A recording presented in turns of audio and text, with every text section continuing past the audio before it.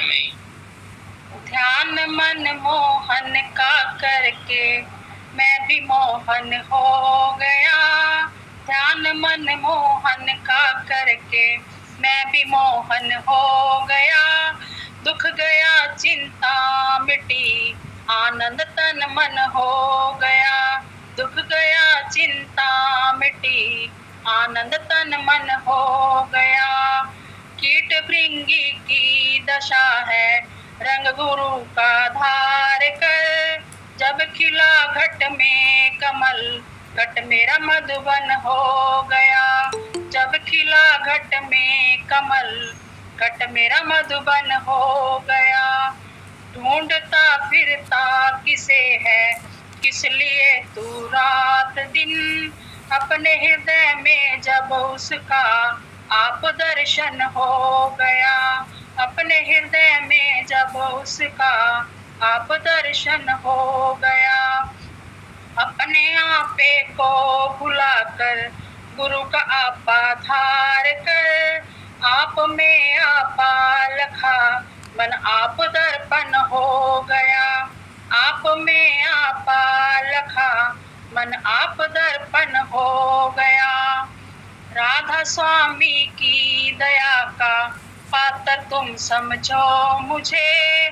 शांत हूँ निर्भ्रांत हूँ यह सहज साधन हो गया। शांत हूँ निर्भ्रांत हूँ यह सहज साधन हो गया। ध्यान मन मोहन का करके मैं भी मोहन हो गया। दुख गया चिंता मिटी आनंद तन मन हो गया। राधा स्वामी। राधा स्वामी। सर्वे भवन्तु सुखिनः सर्वे सन्तु निरामयाः सर्वे भद्राणि पश्यन्तु मा कश्चित् दुःखं भवेत्। ध्यानमूलं गुरुमूर्ति पूजामूलं गुरुपदम् मंत्रमूलं गुरुवाक्यं मोक्षमूलं गुरुकृपा। परम तत्वाधार परम पुरुष पुरंदनी मालिक कुल हजूर पुष्करनाथ जी की पवित्र आत्मा और सभी सत्संगी भाइयों बहनों माताओं बच्चों बुजुर्गों सबको राधा स्वामी।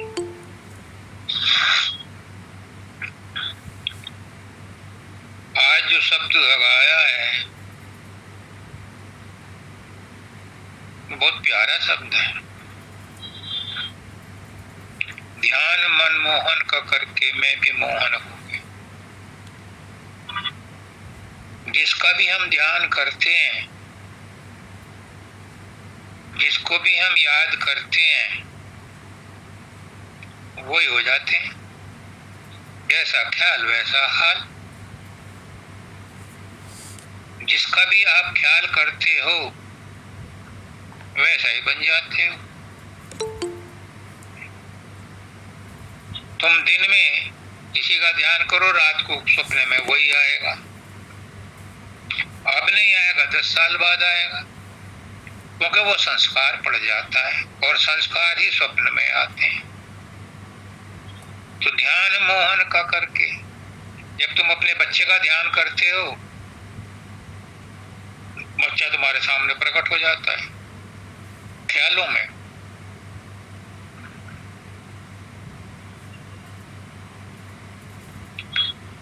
ये कौन प्रकट करता है? ध्यान मनमोहन का करके मैं भी मनमोहन हो गया। ध्यान कौन करता है और रूप प्रकट कौन करता है? सारा खेल मन का है। सब मन की प्रभुताई साधु सब मन की। सब कुछ खेल मन ही करता है। मन ही जीता है। मन ही स्वप्न दिखाता है। मन ही खेल खेलता है। मन ही शरीर धारण करता है। मन ही काम वासना पैदा करता है। मन ही क्रोध पैदा करता है। जब तुम क्रोध करते हो तो क्रोधी बन जाते हो, और मनमोहन का ध्यान करते हो तो मनमोहन हो जाते हो, दुश्मन का ध्यान करते हो तो दुश्मन हो जाते हो। ये सब कौन करता है? ये सब मन करता है। ये सब मन की चतुराई है, ये सब मन का खेल है। लेकिन एक बात है, और बड़ी विचित्र बात है और बहुत मुख्य बात है,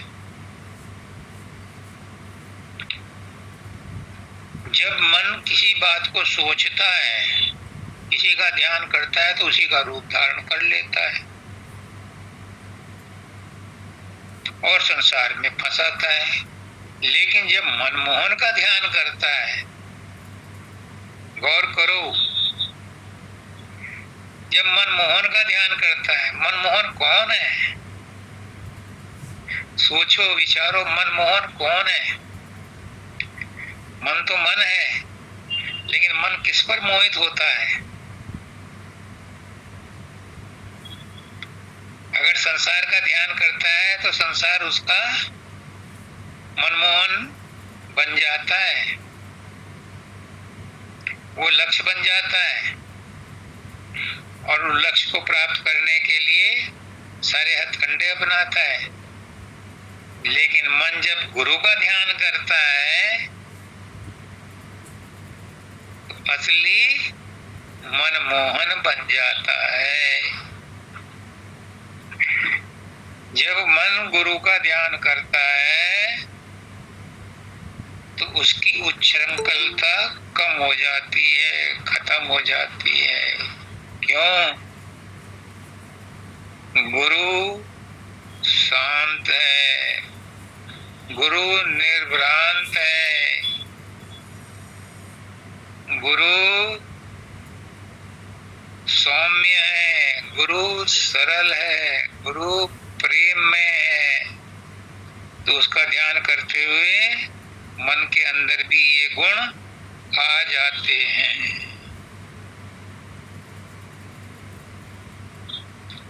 तो एक चमत्कार होता है कि मन के अंदर जिसका भी ध्यान करोगे वैसा हो जाओगे, लेकिन संसार में जिसका भी ध्यान करोगे वो संसार में फंसाने वाले हैं। और अगर गुरु का ध्यान कर लिया तो गुरु तो संसार से छुड़ाने आया है, तो आप भी संसार से विरक्त हो जाओगे, बशर्ते गुरु को प्रेम किया हो, गुरु का ध्यान किया हो। कहने से नहीं,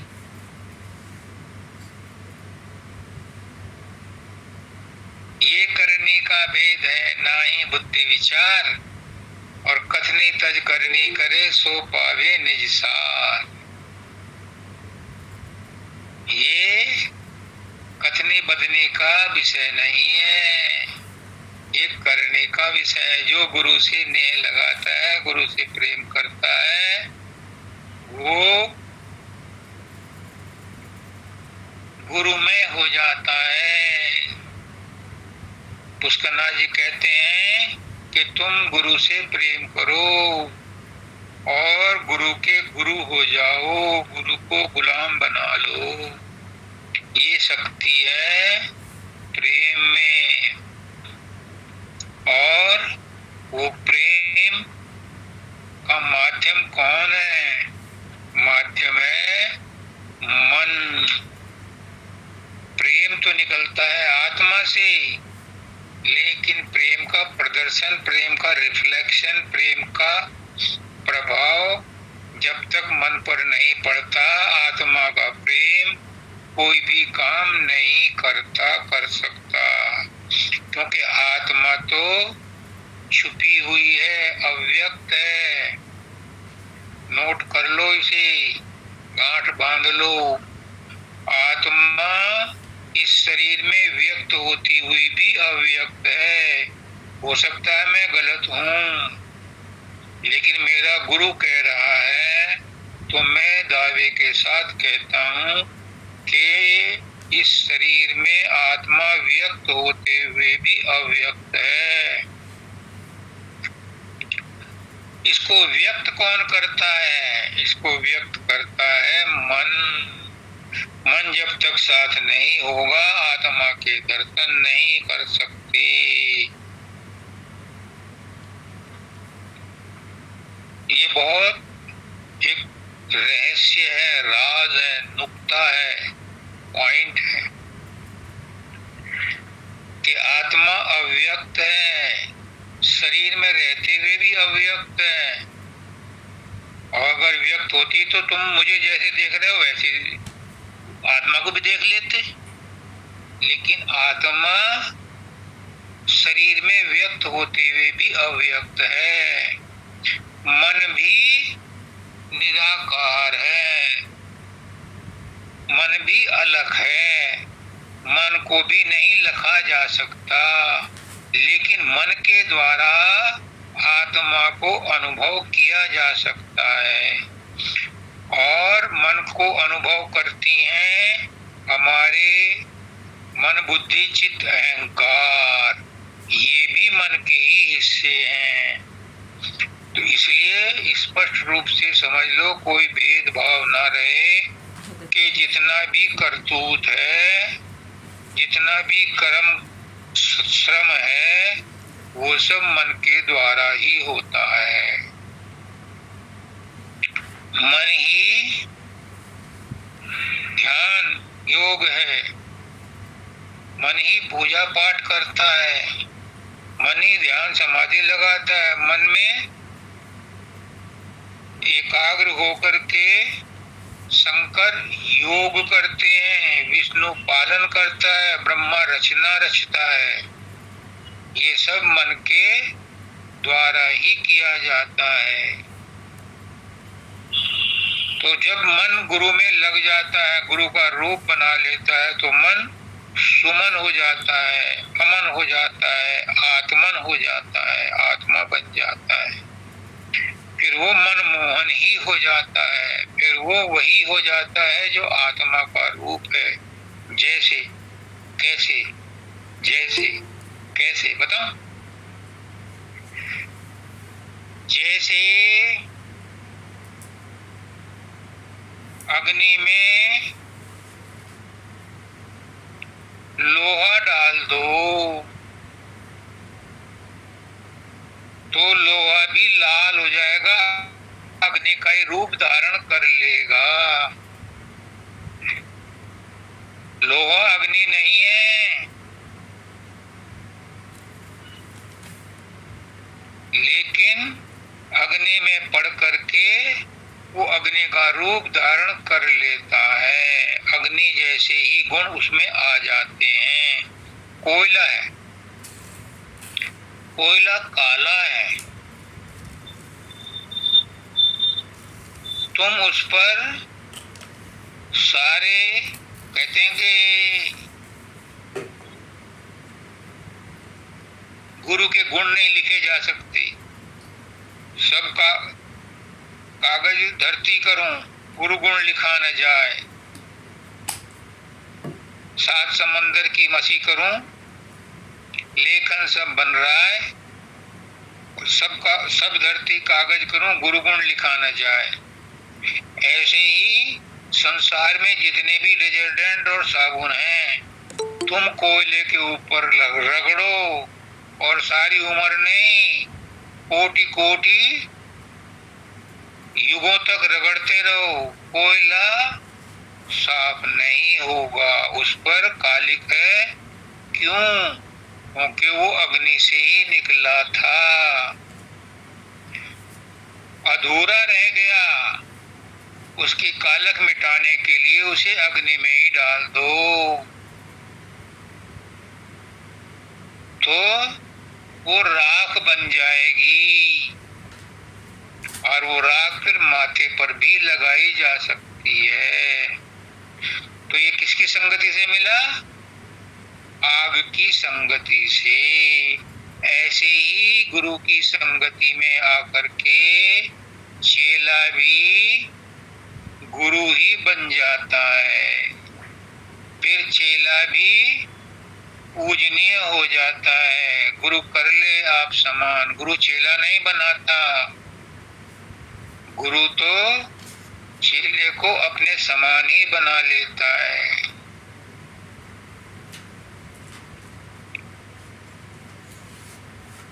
आगे दुख गया चिंता मिटी, आनंद तन मन हो गया। जब गुरु का ध्यान कर लिया तो क्या होगा? गुरु के समान हो जाएगा।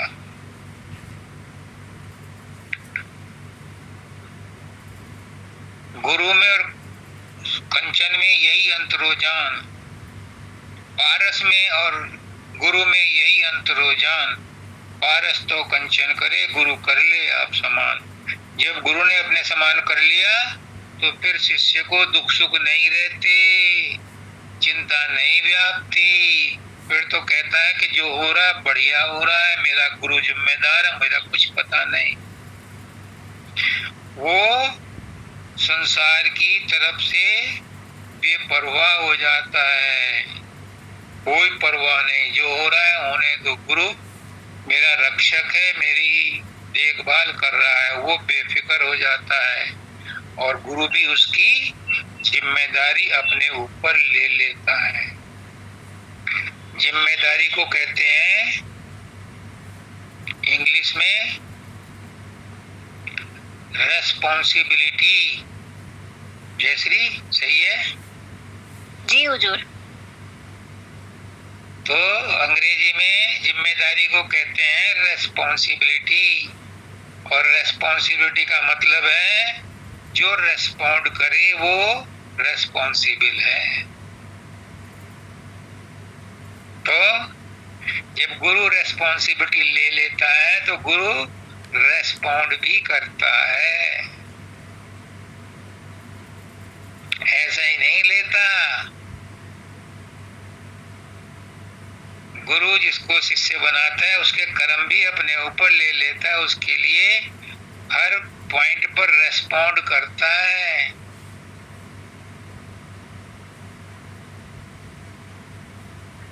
दौड़े चले आते हैं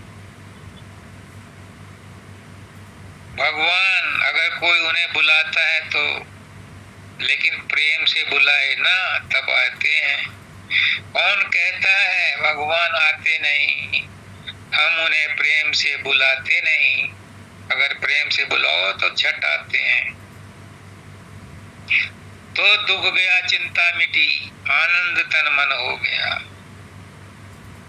आनंद हो गया तन मन में, लेकिन अभी एक कसर बाकी है। तन मन का आनंद ही हमारा लक्ष्य नहीं है।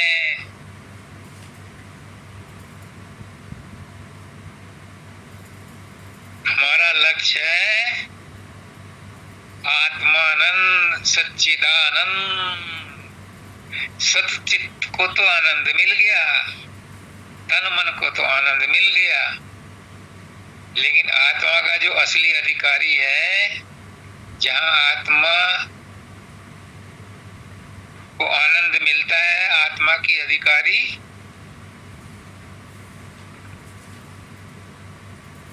आनंद की अधिकारी आत्मा है, और महसूस का स्थान कौन है? वो सूरत है। तो तन मन आनंद हो गया, तन मन में तो आ गई, लेकिन अभी आत्मा का आनंद शेष है, वो आगे मिलेगा। कैसे? कीट भृंगी की दशा है, कीट भृंगी की दशा है। पुष्करनाथ जी कहते हैं कि मैं एक नाली का कीड़ा था, शब्दानंद जी महाराज ने मुझे भृंगी बना दिया और अपने जैसा बना दिया, अपनी गद्दी दे दी। भृंगी क्या करता है? भृंगी के संतान नहीं होती, भृंगी नर मादा नहीं होता, वो किसी कीड़े को उठाता है, उसका सिर काटता है और अपने मिट्टी के घर में ले जाकर के उसके ऊपर आवाज बिंग बिंग बिंग बिंग की आवाज करता रहता है। और एक दिन उसे सम्मोहन शक्ति के द्वारा उस कीड़े के अंदर धड़ भी आता है, पंख भी निकलते हैं और वो भृंगी बन जाता है।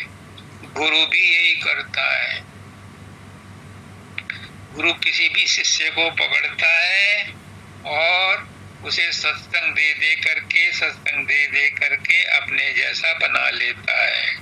तो इस दृष्टिकोण से पुष्करनाथ जी ने कहा था कि उन्हें शब्दानंद जी ने अपनी तरह बना दिया, कीड़े से भृंगी बना दिया। जो शिष्य ऐसा कीड़े से भृंगी बन जाता है, मुझे 3 गुरु मिले, मानव दयाल जी, शब्दानंद जी और पुष्करनाथ जी, तीनों ने मिलकर के मेरे ऊपर इतने शब्द की चोट मारी, इतना शब्द का ज्ञान दिया कि मुझे अपने जैसा बना गए। और चलते हुए कह गए कि किसी को कुछ पूछना हो तो राजेश से पूछ ले। क्यों? उन्हें विश्वास हो गया था, उन्होंने राजेश को पहचान लिया था, राजेश ने उन्हें पहचान लिया था। क्या?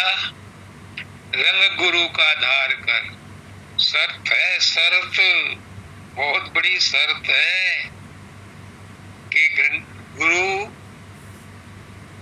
उसी को अपने जैसा बनाता है, भृंगी उसी कीड़े को अपने जैसा बनाती है जो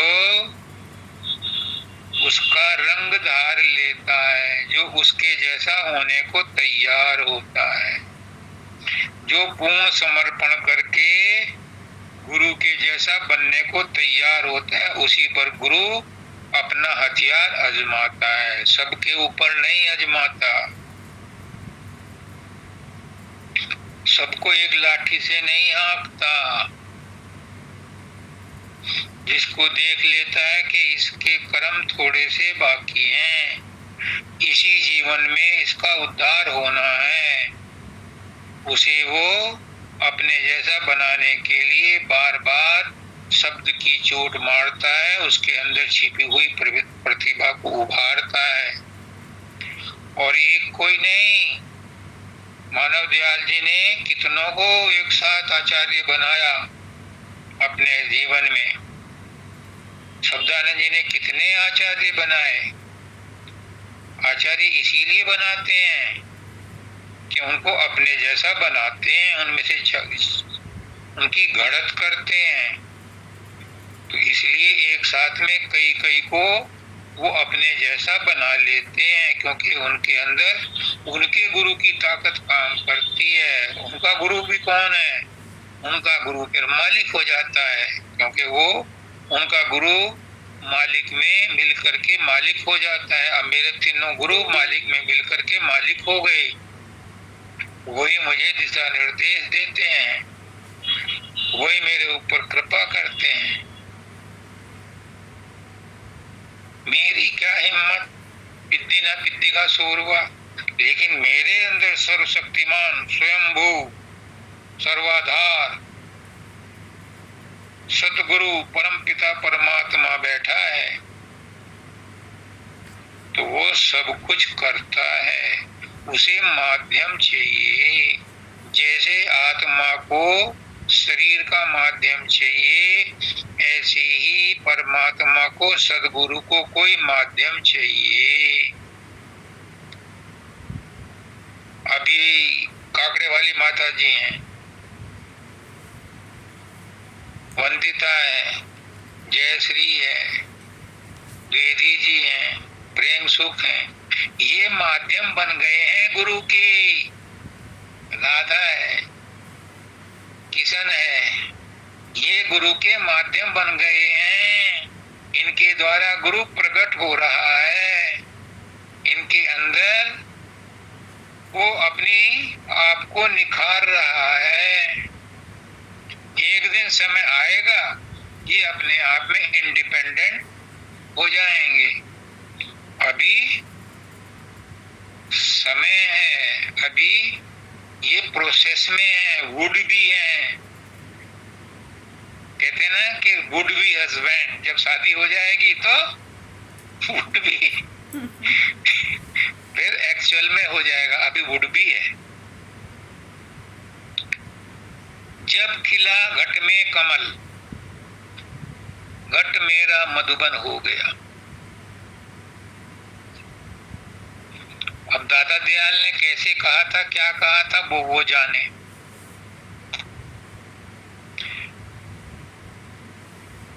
मेरे अंदर जो मेरा गुरु कहलवा रहा है, जब खिला घट में कमल। घट क्या है? घट घट मेरा साइया, सोनी से न कोई, और बलिहारी वा घट की जा घट पर घट हो। तो घट क्या है? ध्यान से सुनो, गुरु अनमोल वचन कह रहा है। ये घट एक नीचे का है, एक ऊपर का है। हम नीचे के घट से ही जुड़े रहते हैं, इसलिए हमारी तमन्नाएं भी पूरी नहीं होती, हमारी इच्छाएं भी पूरी नहीं होती, हमारे काम भी अधूरे रह जाते हैं। एक घट जिसमें साईं बसता है वो ऊपर का घट है।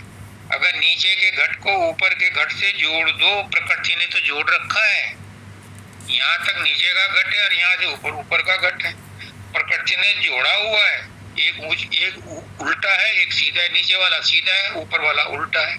ऊपर वाले से अमृत टपकता है, लेकिन नीचे वाले में वो पहुंच नहीं पाता, क्योंकि बीच में काम, क्रोध, लोभ, मोह, अहंकार जो मन के विकार हैं, ये इसको खत्म करते रहते हैं। तो कहते हैं जब खिला घट में कमल, जब ऊपर वाले में कमल खिलेगा तो घट मेरा मधुबन हो गया। फिर उसके अंदर परमात्मा का प्रकाश दिखाई देने लगता है।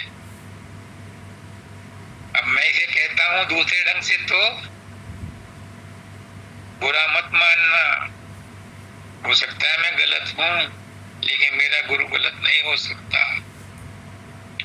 जब खिला घट में कमल, मैं इसको कहता हूं कि आप सैदल कमल में पहुंच गए। कमल तो वही है, ये मेरी अपनी सोच है, मेरे गुरु की सोच है। जब खिला घट में कमल, घट मेरा मधुबन हो गया। जो तीसरे तिल से सैदल कमल में जाते हैं वो ब्रह्मांड में प्रवेश कर जाते हैं। तीसरा तिल ब्रह्मांड का नाका है। सैदल कमल पहली मंजिल है ब्रह्मांड की। जब ब्रह्मांड में पहुंच जाते हैं तो घट में कमल खिलता है। घट में खुशी खुशी भरती है, और जब उसके ऊपर जाता है तो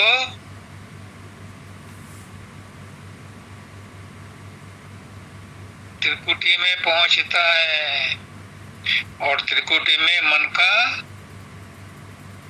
जन्म स्थान है, वहां पर वो विश्राम करता है। क्या कहते हैं? ढूंढता फिरता किसे है, किस लिए तो रात दिन। दाता दयाल कह रहे हैं किसको ढूंढ रहा है, किस लिए ढूंढ रहा है, क्यों रात दिन परेशान है।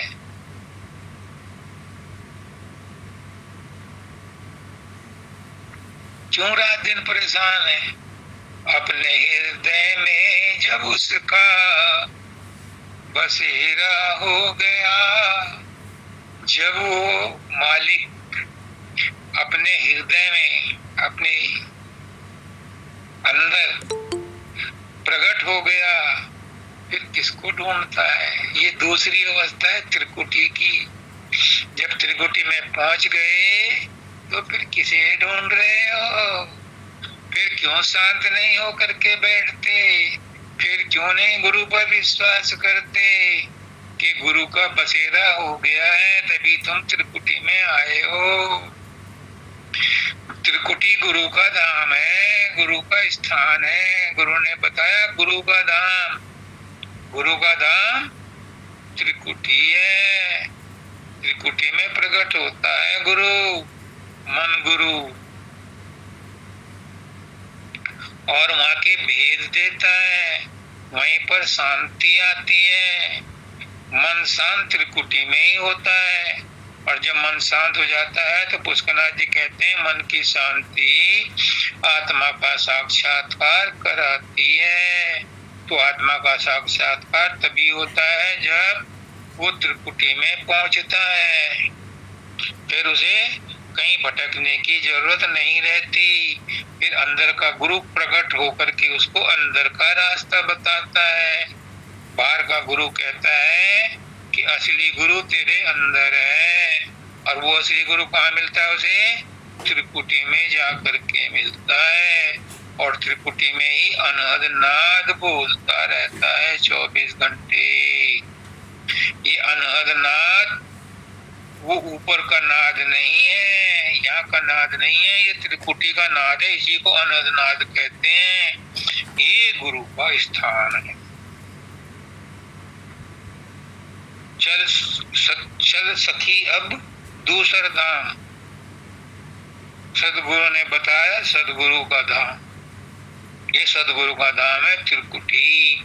जब यहाँ पर आ जाता है मन तो शांति मिलती है, एकाग्रता आती है। और उस एकाग्रता में मन शांत हो जाता है तो आत्मा इसके चंगुल से छुटकर शून्य में जाती है। फिर क्या कहते हैं आगे? अपने आपे को भुला कर गुरु का आपाधार कर। ये राधा ने शब्द गाया है। राधा एक शब्द और गाती है कि त्रिकुटी में जब हम पहुंच जाते हैं तो आत्म में पहुंच जाते हैं, लेकिन आत्म पद भी हमारा स्थान नहीं है, वहां से भी आगे जाने पड़ता है। क्या है भाई राधा, वो भी सुना दे। आत्म पद भी छूटा हमसे। आत्म रूप भी छूटा हमसे, पहुँच गए जहाँ रूप नाम। आत्म रूप भी छूटा हमसे, पहुँच गए जहाँ रूप नाम। गुरु ने बख्शा हमको ऐसा धाम, जहाँ नहीं देह गेह मन का काम। बहुत बढ़िया, बहुत अच्छे, बहुत अच्छे, बहुत अच्छे। देखो मेरे शब्द की पुष्टि कर दी इन्होंने। शब्द भी सब उसी मालिक के हैं और पुष्टि करने वाला भी वही है और गाने वाला भी वही है। मैं तो एक इंस्ट्रूमेंट हूँ आपको उनकी बातों को लिंक करके बताने वाला, और मैं भी नहीं कर रहा, ये भी मेरा गुरु कर रहा है, वही कर रहा है। कोई दो नहीं है, सब एक है। तो जब हम त्रिकुट से आगे चलते हैं तो क्या कहते हैं? अपने आपे को बुलाकर। फिर अपना अप्पा भूल जाता है। अप्पा किसका भूलना? मन का अप्पा भूल गया, गुरु का अप्पा धार लिया। फिर गुरु एक्टिव हो जाता है। यही गुरु आगे तक मदद करता है, सतलोक तक यही गुरु ले जाता है, क्योंकि महाशून्य में बहुत अंधकार है। फिर यही गुरु जो त्रिकुटी में प्रकट हुआ यही हमें आगे तक ले जाता है।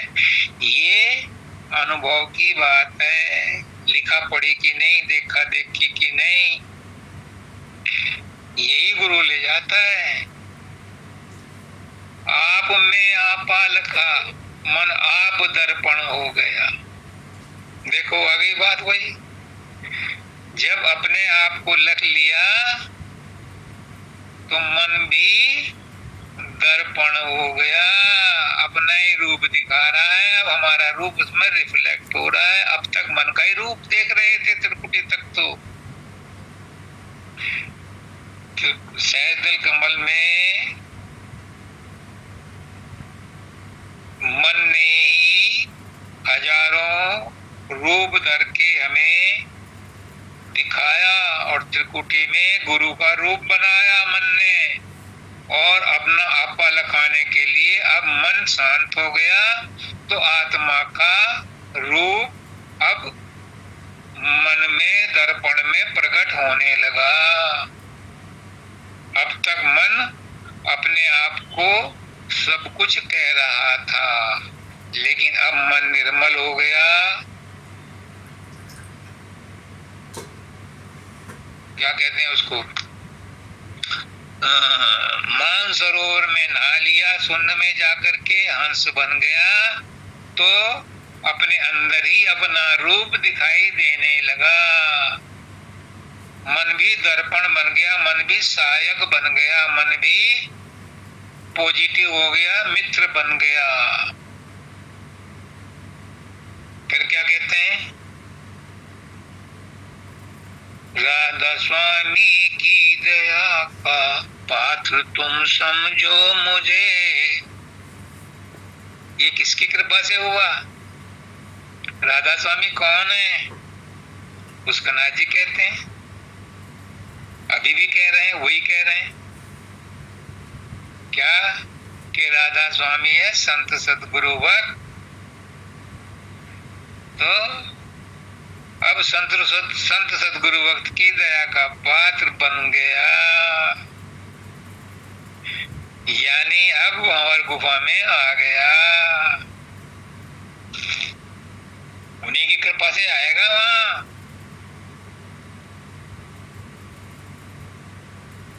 और फिर वो क्या कहता है वहां, सोहम सोहम, मैं वही हूं, मैं वही हूं। फिर वो परमात्मा का रूप बन गया, सत्य पुरुष का रूप दिखाई देने लगा। वो कहता है मैं वो ही हूं। फिर क्या होता है, फिर वो कहता है मैं शांत हूं, निर्भ्रांत हूं, ये सहज साधन हो गया। जब वो शांत हो जाता है, निर्भ्रांत हो जाता है, भंवर गुफा में ये फाइनल स्टेज है। इमिग्रेशन चेक होता है वहां कि कोई कमी तो नहीं रह गई, कोई भ्रम तो नहीं रह गया, कोई संशय तो नहीं रह गया, कोई ईर्षा द्वेष तो इसके अंदर नहीं रह गई। जब सब कुछ चेक हो जाता है तो फिर क्या होता है, फिर उसे सतलोक का परमिट मिल जाता है। और सतलोक है चौथी अवस्था, ये है सहज साधन, सहज योग की सहज युक्ति का सुमरन भजन और ध्यान मिले। फिर वो सतलोक में प्रवेश कर जाता है। फिर क्या होता है, जैसे थे वैसे हो गए, अपने मूल स्रोत में मिल गए। क्यों? क्योंकि सूरत सतलोक से ही नीचे उतरी थी। ऊपर की सूरत, अनामी धाम की सूरत रचना में नहीं आई, नीचे के दर्जों में। वो तो निर्मल चैतन्य देश में ही रही। सतलोक से कुछ सूरतें नीचे भेजी गई थी। कौन सी सूरतें भेजी गई थी? 1 नंबर वाली नहीं भेजी गई थी, 2 नंबर वाली भी नहीं भेजी गई थी, 3 नंबर वाली भी नहीं भेजी गई थी। कौन सी भेजी गई थी? फिर वो भेजी गई थी जो महाप्रलय के समय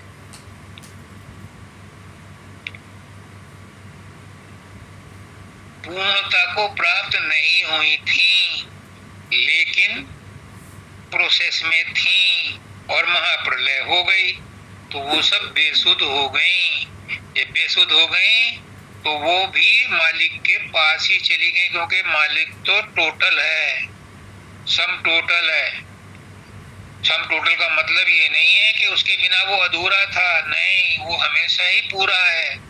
लेकिन ये वहां पहुंच गई तो उसके ऊपर एक तरह से गिलाफ चढ़ गया इन आत्माओं का, जो अभी होश में नहीं थी, बेहोश में थी। होश में अपने होती तो पहले ही सतलोक चली गई होती, लेकिन वो अधूरी थी। उनका जो गुब्बार था वो मालिक के ऊपर चढ़ा और अरबों खरबों वर्षों तक वैसे ही हालत में पड़ा रहा। जब अंदर मालिक के पूर्णा हुई, चेतना की जबरदस्त एक्सप्लोजन हुआ, तो एक शब्द गूंजा। वो शब्द ही सृष्टि की रचना करने वाला बना। तो उस सृष्टि में जो रचना की, नीचे के देश की, उस रचना के लिए वो सूरतें आईं जो ऊपर गुब्बार के रूप में पड़ी हुई थी, जो मालिक के अंदर थी, वो वहीं रही निर्मल देश में। अव्यक्त थी, अव्यक्त रही, मालिक भी अव्यक्त था, लेकिन जो वो उसके अंदर विस्फोट हुआ, वो आत्माएं प्रकट हुई, वो व्यक्त हो गई। उन सूरतों को नीचे भेजा गया। जो सतलोक में, अगम लोक में, अलख लोक में, अनामी धाम में हैं, वो भी व्यक्त हैं, लेकिन वो 1 नंबर 2 नंबर के चैतन्यता वाली हैं। नीचे के लोक में वो आई जिनमें चैतन्यता कम थी, उनको ही रचना का आधार बनाया गया। और जब वो नीचे आई तो उनमें से ही अब ऊपर जाएंगी, वहां से कोई और नई सूरत नहीं आएगी, ना पैदा होगी। तो शांत हूं, निर्भ्रांत हूं, ये सहज साधन हो गया है। कौन सी वाली सूरत का हुआ है? जो नीचे आई थी, ये सतलोक तक पहुंची, क्योंकि इनका सतलोक तक ही पहुंच है। सतलोक में पहुंचने के बाद सत्य पुरुष की, फिर मैं नहीं कह रहा, परम दयाल जी कह रहे हैं, वहां पहुंचने के बाद सत्य पुरुष एक दूरबीन देता है उन आत्माओं को जो सत्य पुरुष में पहुंची हुई हैं, ताकि वो आगे के अलग अगम और अनामी में जा सकें। इसलिए हमारी जो सूरतें हैं रचना की, ये सतलोक तक ही जाती हैं। मैं कहता हूँ इसीलिए, अरे ऊपर तक ना पहुंचो, सतलोक तक तो पहुंच जाओ इस जन्म में। अपना मनुष्य जीवन का लक्ष्य पूरा कर लो। मनुष्य जन्म बड़ा भाग्य से मिलता है, लेकिन हम इसे भी खेल कूद में, काम क्रोध में, लोभ मोह में, अहंकार में, ईर्ष्या द्वेष में गंवा देते हैं और पशुओं की तरह जीवन जी करके 84 लाख योनियों में घूमते रहते हैं। लेकिन महाप्रलय के बाद भी, प्रलय के बाद भी, महाप्रलय के बाद भी कोई सोचे कि हमें वहां मिल जाएगी जगह? मिलेगी, टेम्परेरी मिलेगी। जब रचना फिर शुरू होगी, फिर वापस आना पड़ेगा। ये इम्पोर्टेंट है।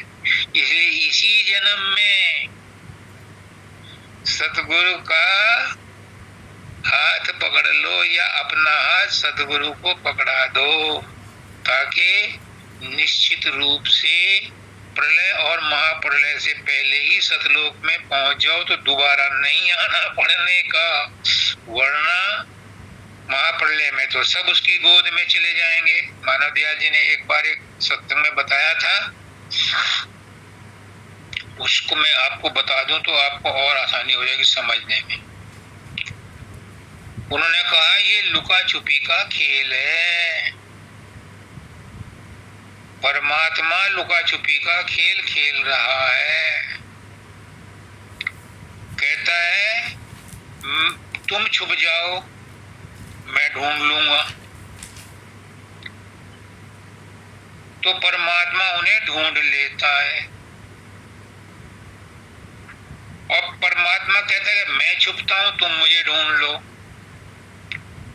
और जब परमात्मा अव्यक्त अवस्था में चला जाता है तो हम उसे ढूंढते रहते हैं, वो नहीं मिलता। तीर्थों में जाते हैं,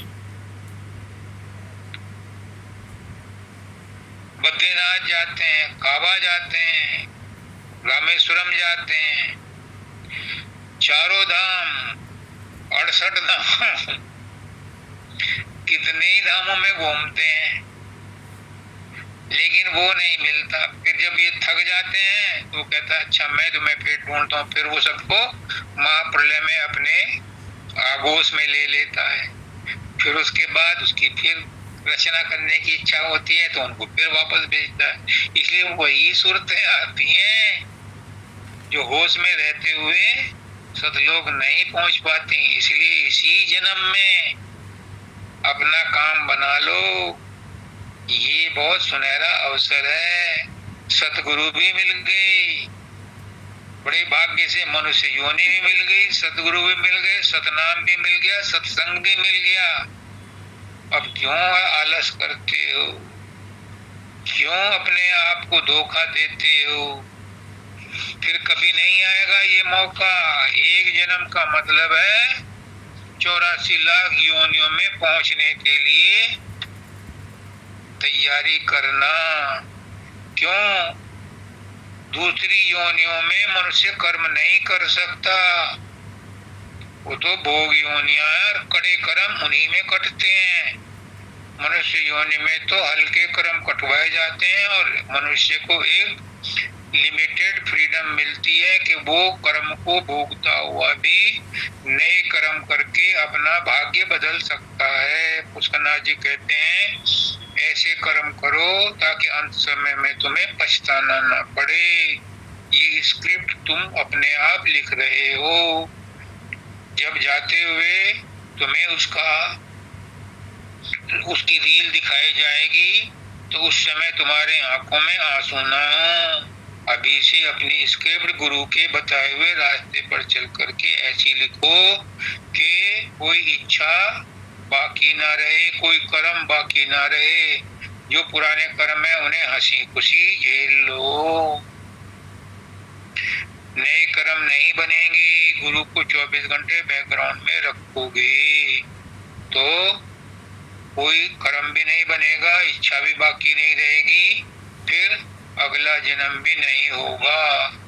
अगर तुम मौत से डरते हो तो ऐसा जीवन जियो कि दूसरा जन्म ही न लेना पड़े। मौत नहीं होगी, मौत तो तभी होगी जब जन्म होगा।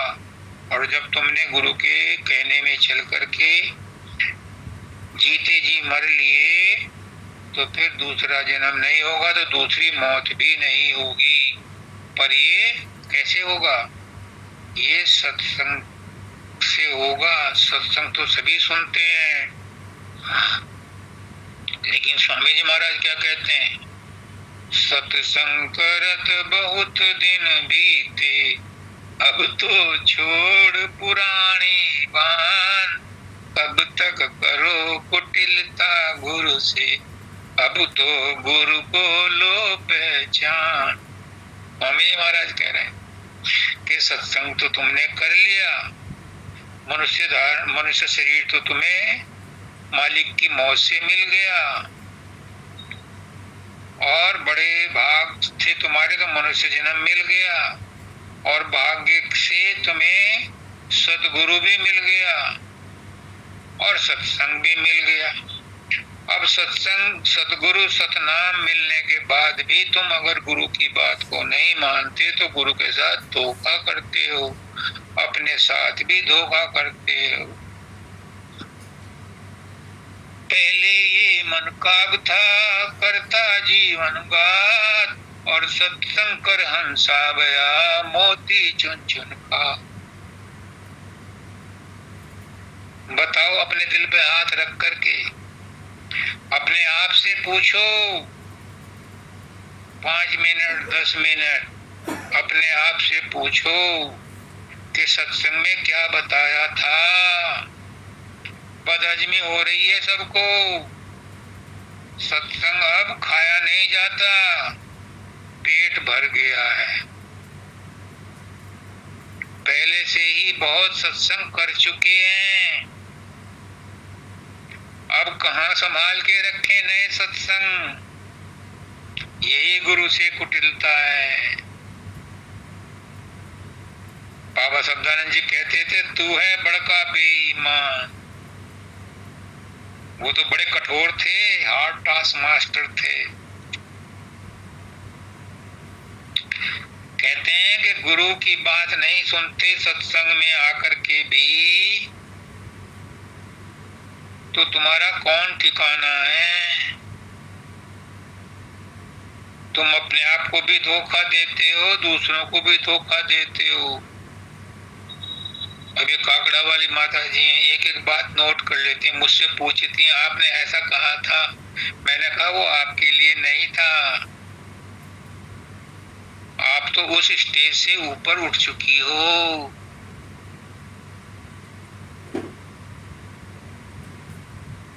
विजयश्री कहती है कि अब मेरी अवस्था उससे भी ऊपर की हो गई है कि मैं निराकार को और इसको और उसको ढूंढती नहीं। पहले तो उस पर विश्वास करती थी, अब वो फर्क ही नहीं रहा। बंदिता लिख करके लाती है, आपने सत्संग में ये कहा था, इसका क्या मतलब है। कितनों ने पूछा अब तक। एक प्रीति है ग्वालियर की, वो कभी कभी पूछ लेती है। एक बार इसने भी पूछा था, बीना ने भी। इस बात से ये जाहिर, गुरु को नहीं फर्क पड़ता। और मैं तो गुरु हूं ही नहीं, मैं तो शुरू से कहता आता हूं मैं तो गुरु हूं ही नहीं।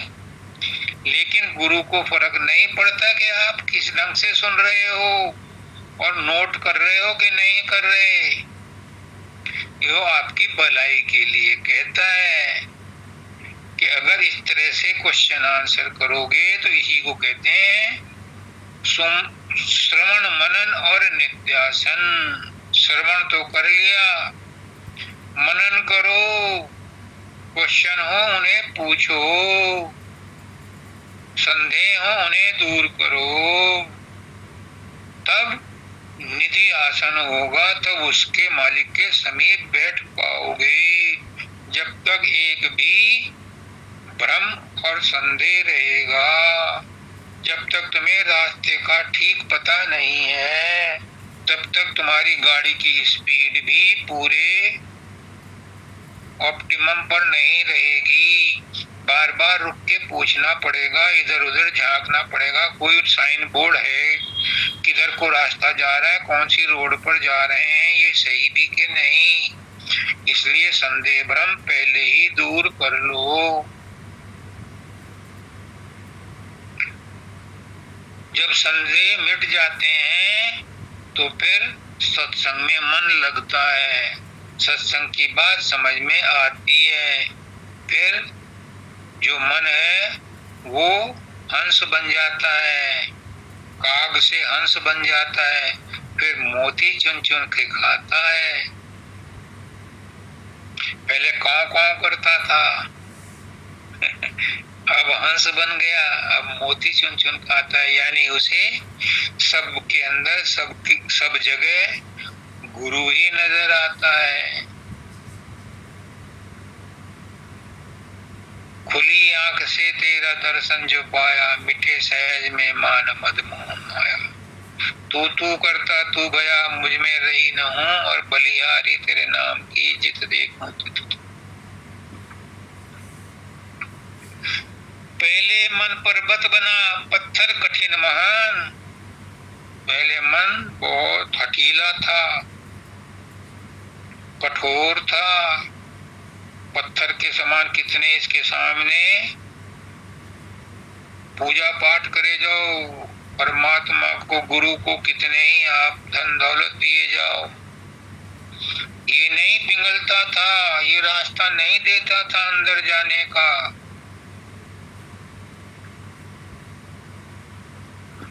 कहता था बाहर की पूजा पाठ में लगे रहो, इससे मुझे फर्क नहीं पड़ता, अंदर की तरफ नहीं जाने देता था।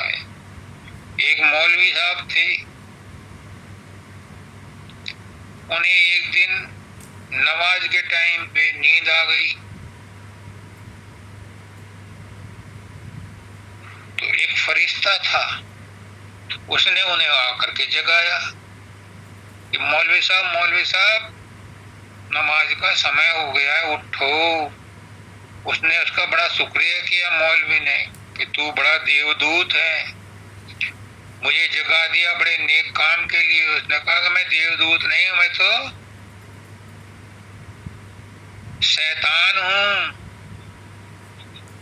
अब तू शैतान नहीं हो सकता कि मैं शैतान हूं। फिर तूने मुझे क्यों जगाया? मैं इसलिए जगाया कि नमाज के बाद तो तू दुखी होता और जो कलपता उससे मुझे बहुत कष्ट होता। अब तो नमाज में लगा रहा हूं, मुझे कोई कष्ट नहीं है। वही मन पहले कठोर था, कितनी पूजा पाठ करो अंदर तक नहीं जाने देता था। लेकिन सत्संग टाकील खाए कर हो गया कंचन खान। जब उस मन को बार बार सत्संग में रस मिलने लगा, अब वो कंचन की खान बन गया, अब वो मुलायम हो गया। अब वो अपना सिर नीचा करके कहता है सूरत को कि तू मेरे सिर पर पैर रख करके और जा अपने सतलोक, मैं यहाँ त्रिकुटी में आराम करूंगा। सत्संग का ये फर्क पड़ता है, जिसको तुम हंसी मजाक समझते हो, अरे अभी कौन सी जल्दी है, फिर ज्वाइन कर लेंगे। ये तो रोज ही होता है सत्संग, तो एक दिन ना करेंगे तो ही क्या फर्क पड़ जाएगा? नहीं फर्क पड़ेगा। लेकिन जिन्हें चस्का होता है वो मधुमक्खियों की तरह टूट पड़ते हैं दरवाजा खुलते ही। कुछ लोग आराम से ज्वाइन करते हैं, क्या फर्क पड़ता है? कौन सी गंगा बह रही है जो दोबारा नहीं मिलेगी? 12 बरस में थोड़ा ना आता है।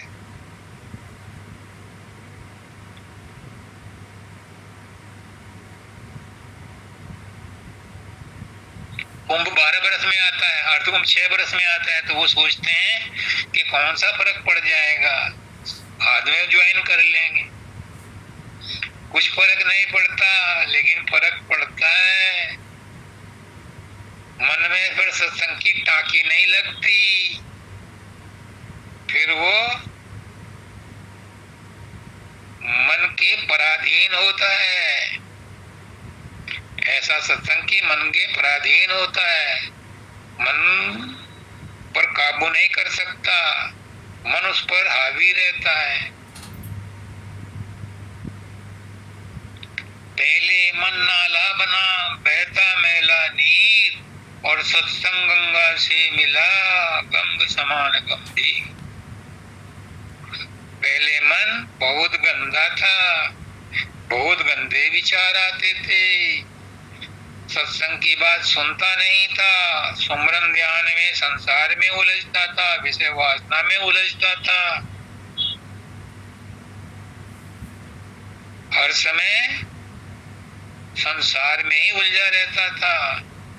लेकिन सत्संग की गंगा से मिलकर के, दाता दयाल का एक शब्द और है, सत्संग तीर्थ राज प्रयाग।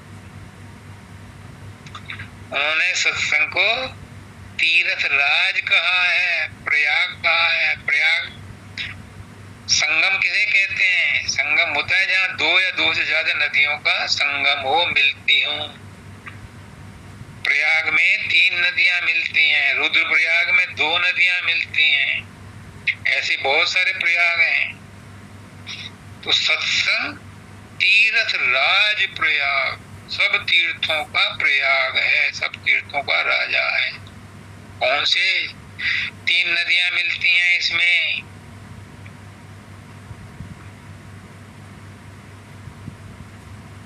सत्संग, सतगुरु, सतनाम, ये तीन नदियों का संगम है सत्संग। और पुष्करनाथ जी कहते हैं कि जहाँ भक्ति होती है वहीं प्रेम भी आता है और वहीं वैराग्य भी आ जाता है, वहीं ज्ञान भी आ जाता है। भक्ति और ज्ञान दो बहनें हैं, जब ये आपस में मिल जाती हैं तो तीसरा बहन वैराग्य भी आ जाता है। ऐसे ही सतगुरु के सत्संग में सत्संग भी मिलता है, सतनाम भी मिलता है और सद्ज्ञान भी मिलता है। लेकिन तूने कदर न जानी, एक गाना है वो, तूने मेरी कदर न जानी। सत्संग की कदर नहीं जानी हमने। जरूरी काम छोड़ देते हैं। पुष्करनाथ जी के साथ मैं जा रहा था अपनी गाड़ी में। अपनी गाड़ी कहाँ थी? उन्हीं की गाड़ी थी, साथ में जयश्री थी। उन्होंने पूछा कि तुम्हारी मैडम नहीं आई, तो मैं चुप रहा। जयश्री बोली, महाराज जी इनके दामाद आए हुए हैं लंदन से।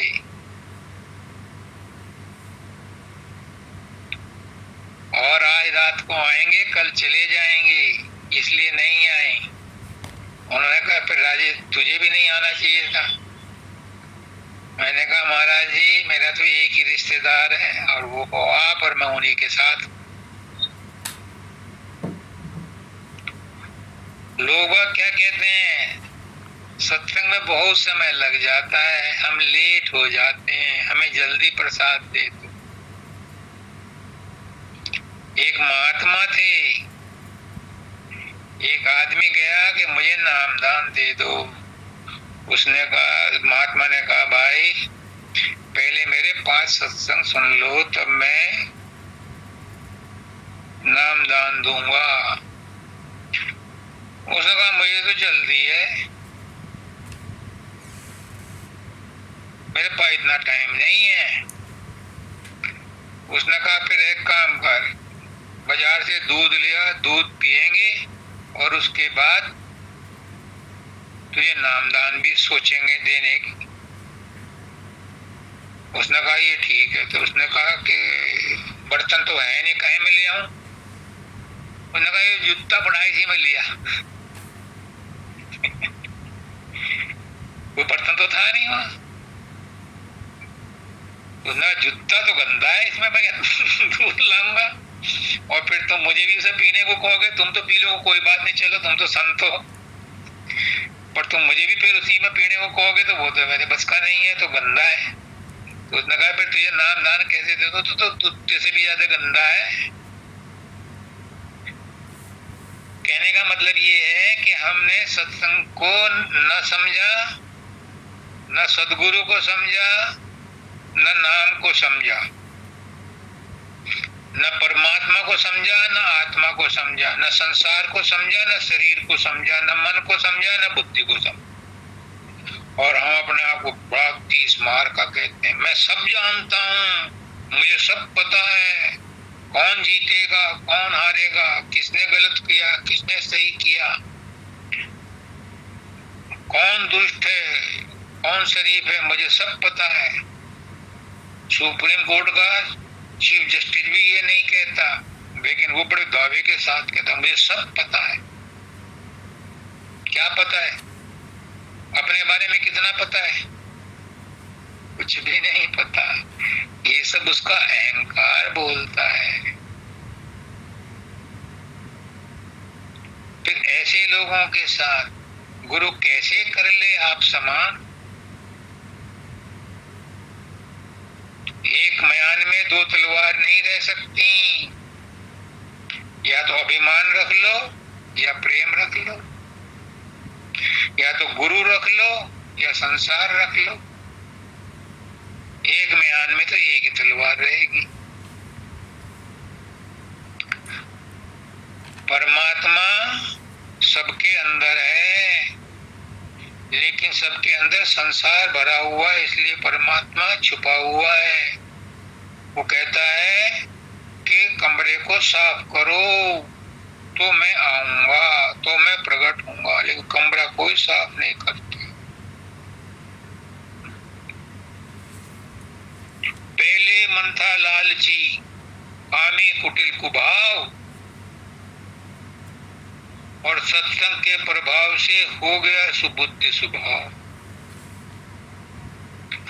मन की ने तो तीन ही कमियां बताई हैं।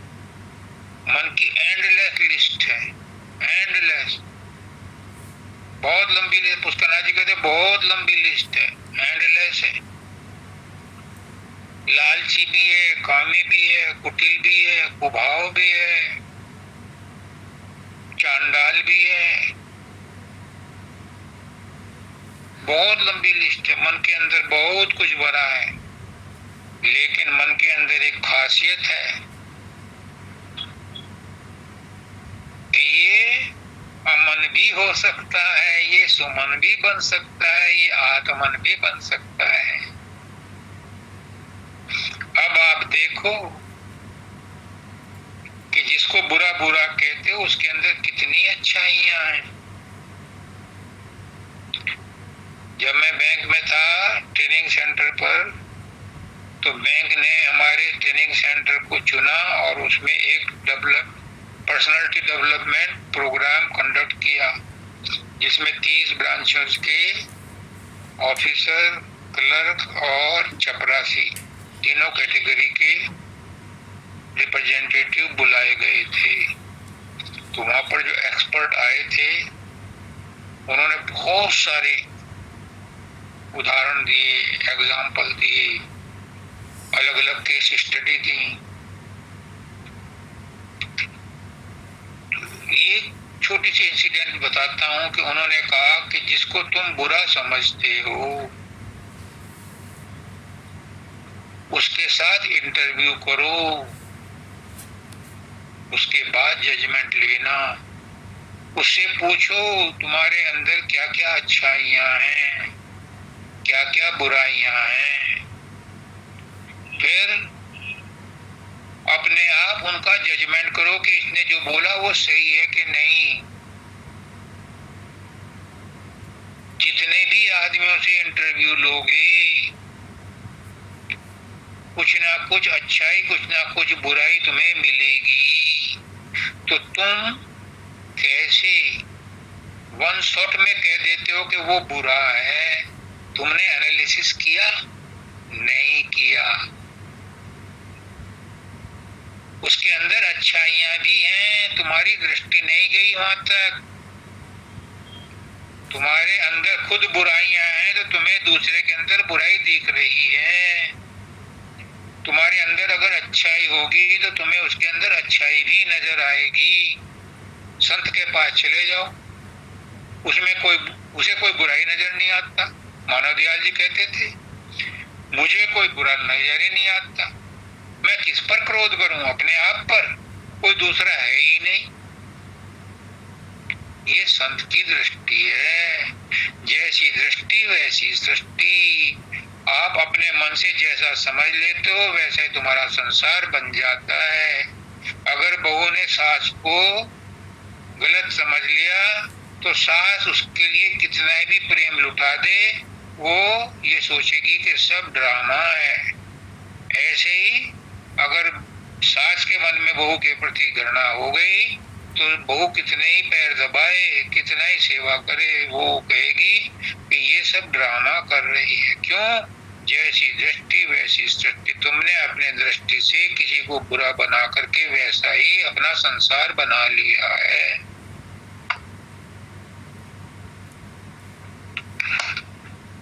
तो सारा कुछ आपके मन पर निर्भर है कि आप अपने आप को किस रूप में प्रेजेंट करते हो, अपने आप को किस एंगल से नापते हो। आप जैसा व्यवहार करते हो वो आपका इंडेक्स है। आपकी पर्सनैलिटी का इंडेक्स आपके व्यवहार से पता चलता है। तुम अगर खुश हो तो तुम्हारे व्यवहार से पता चल जाएगा कि ये आदमी किस स्वभाव का है।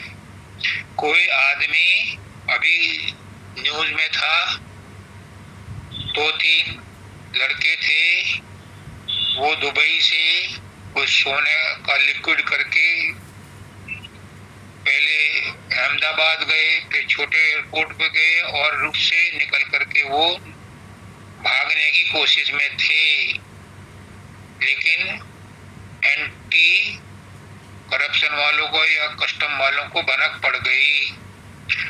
तो उन्होंने उनके व्यवहार से पहचान लिया कि यही जल्दी मचा रहे हैं, यही ताक झांक ज्यादा कर रहे हैं। उन्हें पकड़ा तो उनके अंदर, उनके पास से वो लिक्विड सोना मिला। तो हमारा व्यवहार बता देता है हमारे अंदर क्या चल रहा है। बहुत से संत महात्मा किसी भी सत्संगी की बात को सुन करके कभी जवाब देते हैं, कभी चुप हो जाते हैं। चुप इसलिए हो जाते हैं, उन्हें पता है कि ये किस उद्देश्य से प्रश्न कर रहा है, ये इफ एंड बट लगा रहा है, तो गुरु उससे दूर ही रहता है। जो जिज्ञासु होता है उसकी बात का जवाब वो अपने पूरी एकाग्रता से देते हैं ताकि उसके मन में कोई संदेह ना रहे। कबहू मन गगना चढ़े, कबहू गिरी पाताल, और कबहू मन उन्मन लगे, कबहू चले, कबहू जावे चाँद।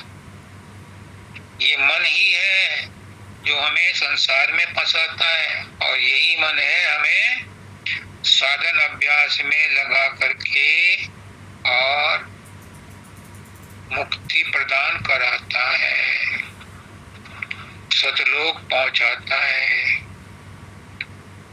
मन आपके साथ सहयोग करता है तभी समाधि ध्यान लगता है। समाधि ध्यान लगाने की प्रक्रिया मन ही कराता है, और जब समाधि ध्यान लग जाता है तो उस अवस्था में मन गायब हो जाता है, गुम हो जाता है। क्यों? क्योंकि उस अवस्था में वो बेहोश हो जाता है। मन जड़ है और शब्द चैतन्य है। जड़ चेतन में नहीं समा सकता, इसलिए मन अपने काल में समाता है या आत्मा में समा जाता, आत्मा बन करके आत्मा में ही समा जाता है। और सूरत जो शब्द की गूंज है, शब्द की इको है, वो शब्द में समा जाती है। वहां पर मन नहीं रहता क्योंकि मन पहले ही गायब हो चुका है। पर ये अवस्था मन के द्वारा ही प्रदान की जाती है, इसलिए सब मन की प्रभुताई। मन कौन है? मन भी परमात्मा का ही बनाया हुआ है। काल कौन है? काल भी दयाल का ही भाई है।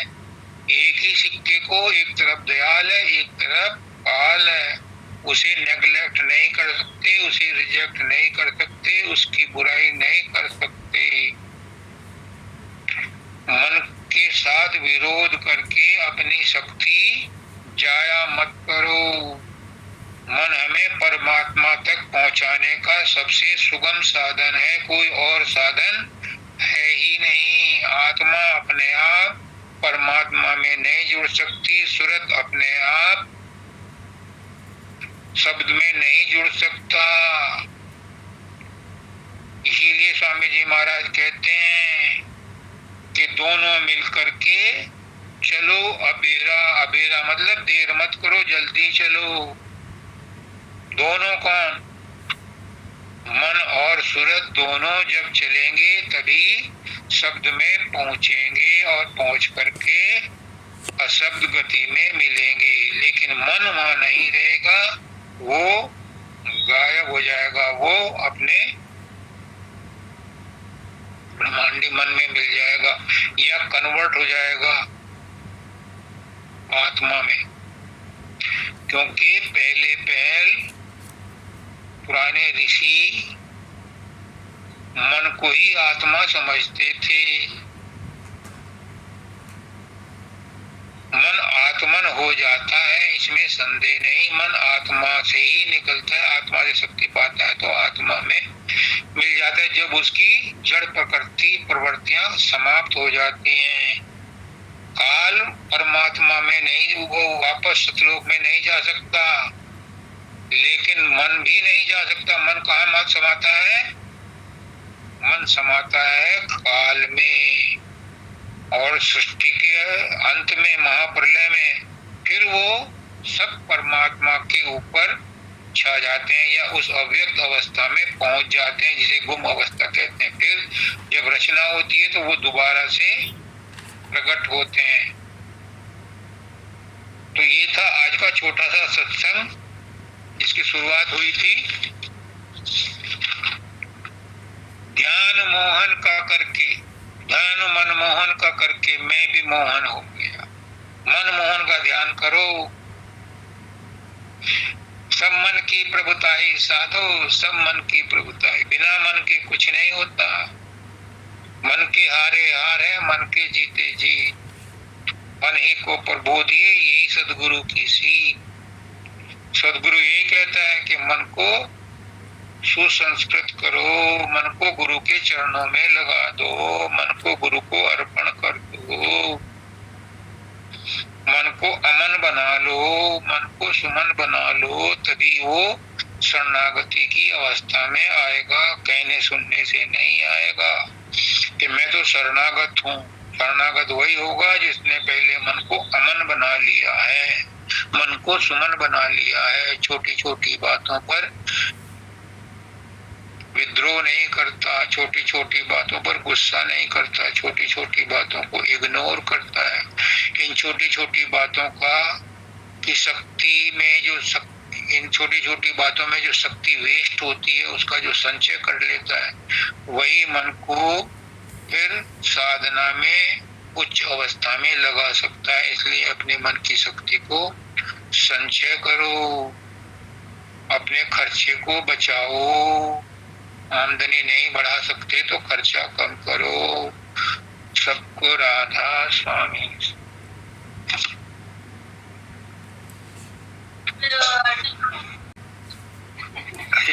राधा स्वामी जी आरती कीजिए। राधा स्वामी, राधा स्वामी,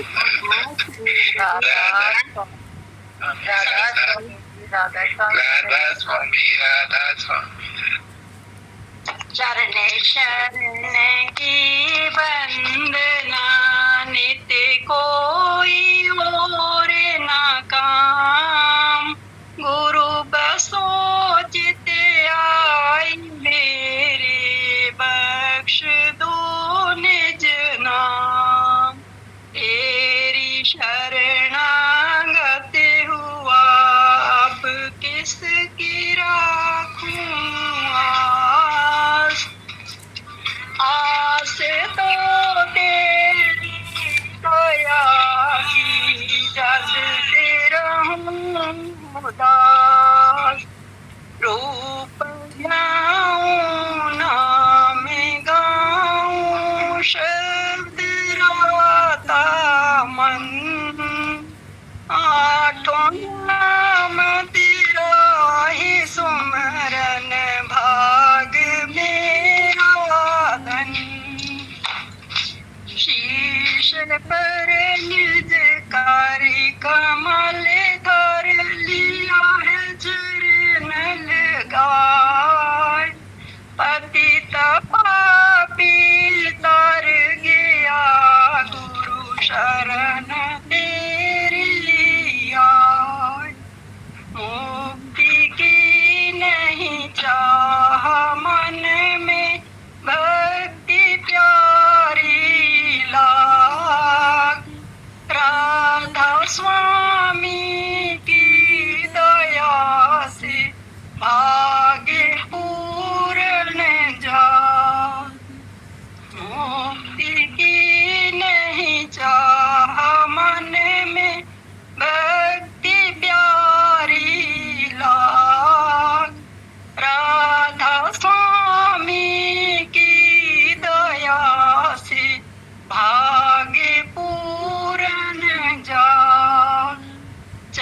शरण की वंदना, नित्य कोई और ना काम।